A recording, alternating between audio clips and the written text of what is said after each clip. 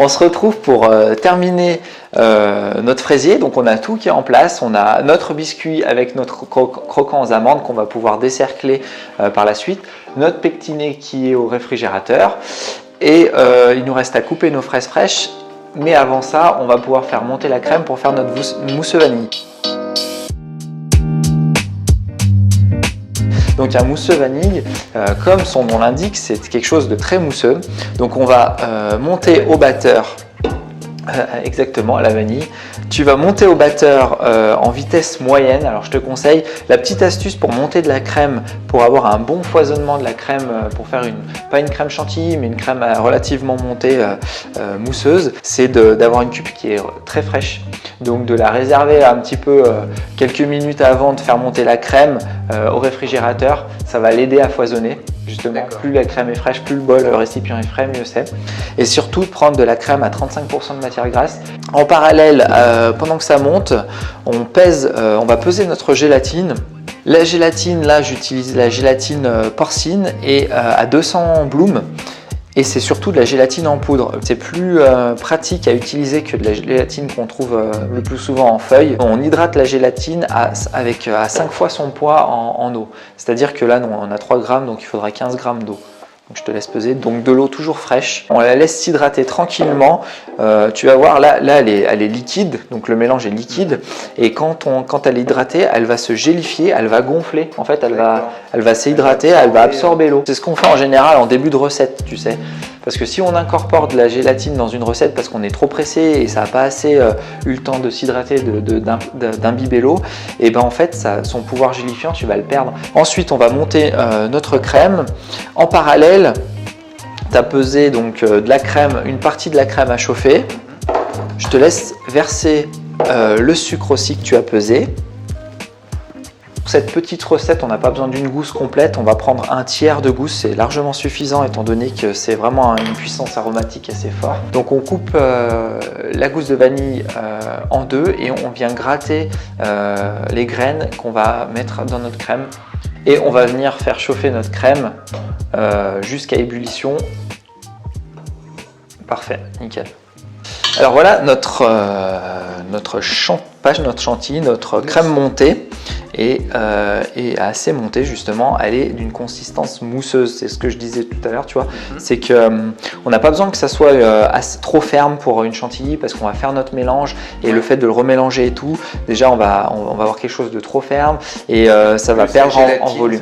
Voilà, donc du coup nous on veut vraiment quelque chose de mousseux. Je réserve ça au frais, juste le temps de préparer nos fraises.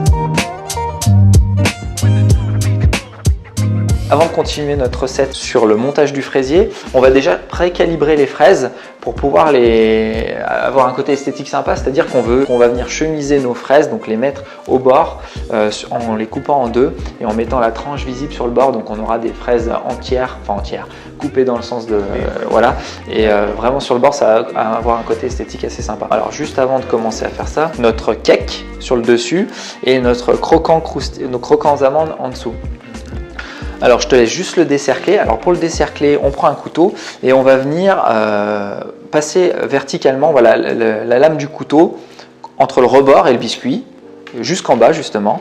Juste un truc un peu plus simple, comme c'est quelque chose de solide, on va dire. Vaut mieux le mettre. Tu peux le mettre sur la tranche, je pense que tu arriveras peut-être mieux. Donc tu passes le couteau comme ça à travers. Et tu vas venir, en venant appliquer le plus possible contre le cercle, longer le cercle et le tourner comme ça. Je pense que ça sera plus simple. Voilà, super. Comme c'est un biscuit qui est relativement ferme avec le croquant à l'amande à l'arrière, on peut se permettre de le mettre sur la tranche pour le démouler plus facilement. Parfait. Donc super, voilà notre biscuit. Donc on a quand même une bonne épaisseur, tu vois. Donc en plus de ça, on va mettre notre mousseux, nos fraises fraîches à l'intérieur, nos fraises à l'extérieur et notre gélifié qui est au frigo. Voilà. Par contre, pour avoir les fraises qui sont complètement apparentes sur l'extérieur, on va venir l'emporte-piécer, c'est-à-dire qu'on va venir réduire un peu la taille de notre biscuit à l'aide d'un cercle un peu plus petit. Donc hop, je te laisse faire. Donc il suffit en fait, tu le centres au maximum et tu viens appliquer ce cercle pour couper l'excédent. Donc tu viens appuyer dessus. Voilà, vas-y. Appuie bien fort pour aller vraiment jusqu'au bout, pour entendre craquer le croquant. Voilà, tu vois. Vas-y, de chaque côté, parfait. Impeccable. On enlève l'excédent. Et en fait, le biscuit, la petite épaisseur qu'on vient d'enlever, ça va nous permettre de mettre notre fraise entière apparente sur l'extérieur. Donc voilà, on met ça de côté et on va venir calibrer nos fraises. Alors le but, c'est de calibrer les fraises, donc les prendre le plus régulière possible. Après, si on en a qui sont différentes, c'est normal. Donc on vient les cutter, hop, on enlève la partie et je la coupe à son milieu. Donc là, la taille, c'est l'idéal. Donc l'idéal, ce serait d'avoir une taille qu'elle soit toute comme ça. Si là, par exemple, celle-ci, elle est un peu trop grande, c'est pas grave. On retaille un peu, par contre, à la base, parce que le but, c'est de garder le sommet. Et voilà. Et ce qu'on a enlevé, c'est pas perdu, au contraire, il faut les garder parce que c'est quelque chose qu'on va mettre ensuite à l'intérieur de notre fraisier pour renforcer le goût de fraise. On ne veut pas avoir juste des fraises sur l'extérieur, on veut aussi en avoir dedans. Donc du coup, ces morceaux-là, au contraire, il faut les garder pour avoir un intérieur de fraises assez gourmand. Et croquant. Non, pas pour les fraises. Et c'est parfait.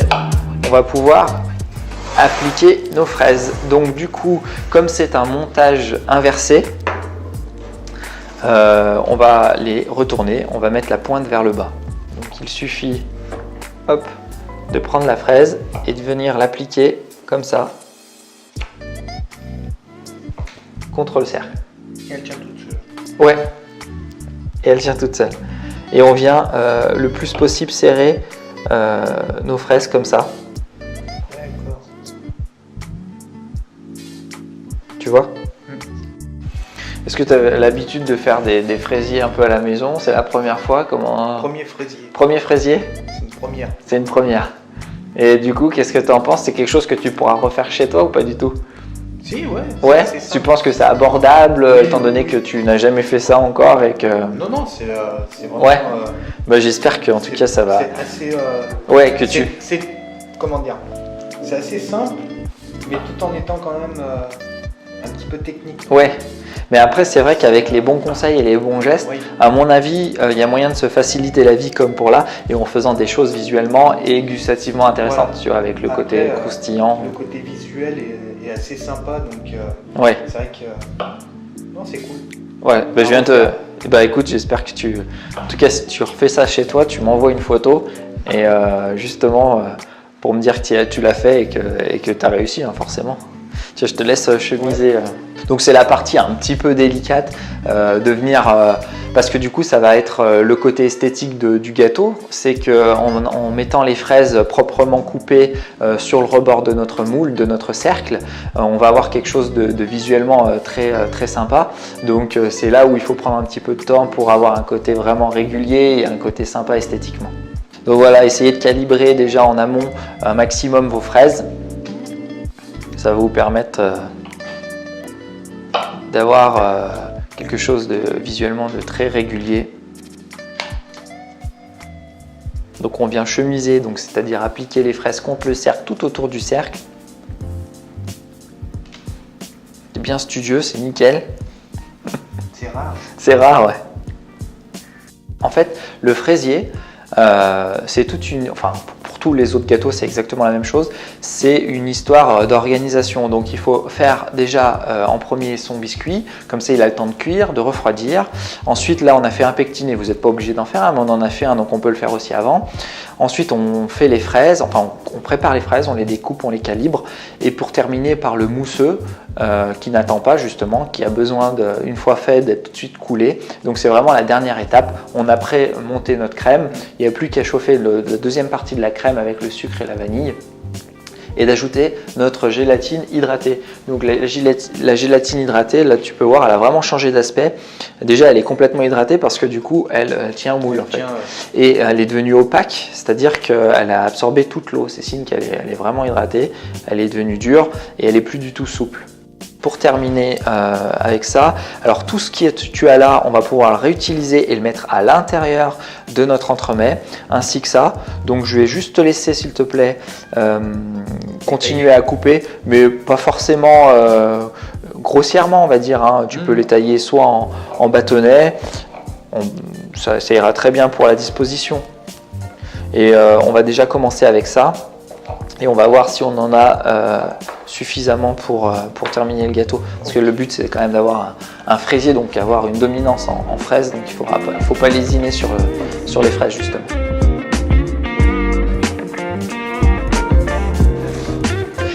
Prochaine étape, je te laisse chauffer la crème. Donc en fait, on va avoir quelque chose d'assez souple pour justement que ça aille bien dans toutes les interstices et qu'en fait on n'ait pas de bulles d'air qui sont emprisonnées parce que la mousse elle était trop ferme, la crème montée elle était trop montée justement et du coup on veut quelque chose de mousseux, de souple jusqu'à l'ébullition. Et j'éteins après. Et t'éteins après. Je te verse la gélatine dedans. Voilà. Nickel. Donc la gélatine, on la met toujours à chaud pour qu'elle fonde bien correctement. D'accord. Sans plus tarder, je te laisse verser ça dans le cul de poule. La gousse, on n'est pas obligé de la mettre. Je viens corner ça.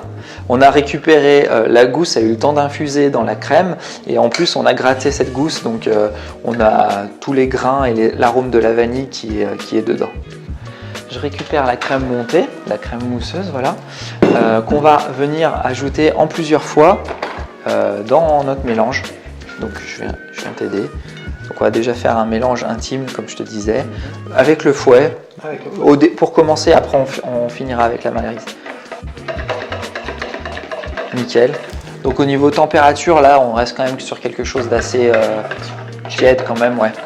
Tandis que ça c'est froid, mais vu la quantité qu'on a incorporée là-dedans, c'est pour ça que je donne une ébullition avant d'incorporer la crème montée. Si ça c'est trop froid, on fait notre mélange à froid, on va avoir quelque chose de granuleux. Et si c'est trop chaud à l'inverse, on va avoir quelque chose de trop liquide. La crème va monter, va fondre en fait, et on va voir ça, mais vraiment sur toute la quantité. Donc c'est pour ça qu'on mélange en plusieurs fois. Donc là, je vais... Voilà, juste comme ça, voilà, légèrement. Et après, je te laisserai finir avec la maryse. Ouais, on va faire ça avec la maryse. Comme ça évite de casser trop le mélange et de continuer à monter la crème. C'est d'avoir on veut quelque chose d'aéré en fait. Donc, et donc ouais, très bien. J'ai l'impression d'être la crémière. Ah mais, on va pas citer de marque, mais oui. On va pouvoir verser ton mélange dans le récipient. La corne. Donc ça c'est une corne, c'est juste un objet en plastique qui permet de corner, on appelle ça dans le jargon professionnel, de corner, c'est-à-dire de venir racler le récipient, le fond du récipient. Et là on a vraiment quelque chose de mousseux quoi. Avec les gousses de vanille, les graines de vanille, c'est vraiment quelque chose aromatiquement qui est très très sympa. Donc on a vraiment une consistance mousseuse. Et c'est preuve que c'est bien mélangé, c'est que les graines de vanille, elles redescendent pas au fond. Si le mélange il avait été trop froid, trop chaud, je veux dire, elles seraient restées au fond. Et donc du coup, tu n'aurais pas la vanille qui serait pareille de partout. Et là, elle tient vraiment sur le dessus. Donc ce qui prouve que le mélange est bien réalisé. Donc tout de suite, on va verser une petite quantité de ce mélange dans le fond. Donc je te laisse. Vas-y. Hop, top. Oh, encore un petit peu, excuse-moi, j'étais un petit peu. Voilà. Je te donne une cuillère. Et en fait, on va venir tapisser le fond pour bien que ça aille vraiment entre les fraises. Mais sans aller complètement dans le fond parce que le but c'est pas de racler le pectiné qu'on a au fond. Nickel. Je vais même en rajouter encore un petit peu pour vraiment combler. Exactement. Sachant qu'il faut quand même pas être trop gourmand étant donné qu'on a les fruits à mettre, les fraises et le biscuit. Impeccable comme un chef. On va venir appliquer nos fruits. Et ben là, je ensuite, dispose, tu essayes d'en mettre de partout. Enfin, de partout. Oui, il faut le tapisser le fraisier. On va peut-être en recouper un petit peu parce qu'on veut quelque chose d'un peu plus gourmand au niveau fruits. Donc si tu peux en recouper encore quelques-unes s'il te plaît. Elles ont l'air très parfumées, en tout cas elles sont parfumées. Donc on n'hésite pas à en mettre. En fait comme ça le but c'est d'avoir vraiment une bonne quantité de fraises quand on va le déguster. Et ben voilà, on va venir appliquer encore un tout petit peu de mousseux. Tiens.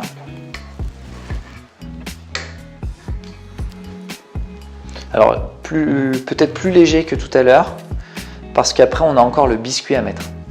Et ensuite il ne nous restera plus qu'à appliquer notre cake et notre croquant aux amandes. Donc le sens c'est le croquant aux amandes qui est le bas au final de notre entremets, notre fraisier va se retrouver vers le haut parce que c'est un montage inversé. Donc le croquant aux amandes, il faut qu'on le regarde, il faut qu'il nous regarde. Donc c'est vraiment orientation vers le haut. Et ensuite, une fois que ça sera pris, on va pouvoir le laisser quelques minutes au réfrigérateur pour ensuite le retourner. Et maintenant, l'étape suivante, le croquant. Donc on a emporte-pied, c'est justement pour comment dire, pour éviter que les fraises viennent appuyer contre. Alors là c'est faut le mettre à l'envers, donc le cake et le comme croquant ça, dessus. et le croquant dessous, comme ça. Dessus, finalement. Voilà. Alors là, après avec l'habitude, je pense que tu auras peut-être un peu plus l'habitude, on va dire le coup d'œil, mais là il va manquer un petit peu de mousseux pour arriver jusqu'au sommet. Et ça après, on peut pas le remettre après. Alors si, bien sûr on peut, mais le but c'est quand même de terminer par le biscuit. Bien entendu, si tu arrives et tu mets le biscuit et tu vois qu'il manque un peu d'épaisseur, bah, tu termines par le mousseux, il n'y a pas de problème. Mais c'est juste que l'idéal serait de... Ouais. Comme ensuite on va le retourner, c'est vraiment d'avoir le biscuit vraiment au fond. Donc là je rajoute juste un tout petit peu, je rajoute un peu de mousseux. Hop, exactement. Et c'est parfait. Donc délicatement tu viens appuyer vraiment légèrement. Et en fait le but donc du coup c'est d'avoir quelque chose de relativement plat. Donc là tu peux encore l'enfoncer un petit peu. Donc ça, je le répète, c'est un montage inversé. Donc ça se retrouvera au-dessous. Voilà. On a juste à faire, une fois qu'il est pris, faites-le pas maintenant, une fois qu'il est pris, vous mettez votre carton or, votre assiette, votre dessous de plat, vous le mettez à ce niveau-là et vous venez retourner votre plaque et c'est bon, c'est terminé, il n'y a plus qu'à le décercler. Il va se décercler facilement avec le rhodoïd qu'on va l'enlever. Et bah c'est parfait. On va le mettre quelques minutes au réfrigérateur et puis on va voir ce que ça donne. Pas de problème. Alors voilà le montage inversé donc du coup. Donc on a la partie du dessus qui se retrouve normalement en dessous. Donc il suffit, là j'ai pris un carton or, mais tu peux prendre chez toi totalement autre chose, genre un plateau, une assiette, enfin un plat de présentation où tu vas laisser ton gâteau dessus. Là j'ai pris celui-ci, il suffit de le poser au centre, hop, voilà comme ça, et de retourner le gâteau. Bien, allons voir. Tu veux le faire? Allez. Donc alors, pour retourner le gâteau, une petite technique, on applique sa main ici pour bien tenir, et avec l'autre main, on retourne le plateau complet en fait. Voilà. Parfait. Tu enlèves le plateau, tu gardes la main dessus. Et voilà. On n'a plus qu'à enlever le film plastique, exactement, le film alimentaire. Délicatement pour éviter de... Voilà, parfait. Pour pas en laisser dessus. Super. Et normalement, avec le rhodoïd, on va pouvoir le démouler relativement facilement. Après, si jamais, on mettra un petit coup de couteau vraiment sur les pourtours, mais normalement, ça devrait être bon. Et voilà. Parfait. Donc c'est quand même assez sympa. Donc tu vois, tu as les fraises apparentes. Ah, esthétiquement parlant. Ça Parfait. donne envie, non? Ah ben. Et là, c'est vrai que ça sent vraiment, vraiment, vraiment bon la fraise. Et ça donne vraiment envie de couper une part. Hein. Donc félicitations, tu as réussi à faire ça quand même comme un chef. J'ai eu un bon coup. Merci. Donc moi j'ai pris beaucoup de plaisir à faire cette recette avec toi. J'espère que ça a été de ton côté. Et j'espère que vous aussi ça vous donnera envie de faire ça chez vous, de réaliser cette recette chez vous qui reste relativement simple avec quelques points techniques à garder en tête, mais au niveau de l'organisation, etc., des pesées, mais sinon ça va. Donc voilà. Merci à vous et bonne dégustation.